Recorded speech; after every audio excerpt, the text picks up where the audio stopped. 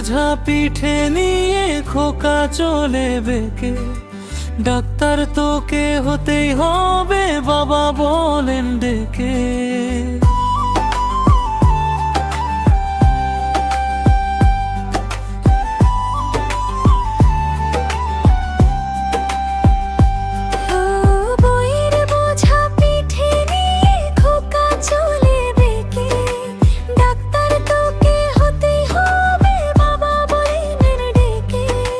মা ডেকে কন খোকন শোনা, বাবার কথা থাক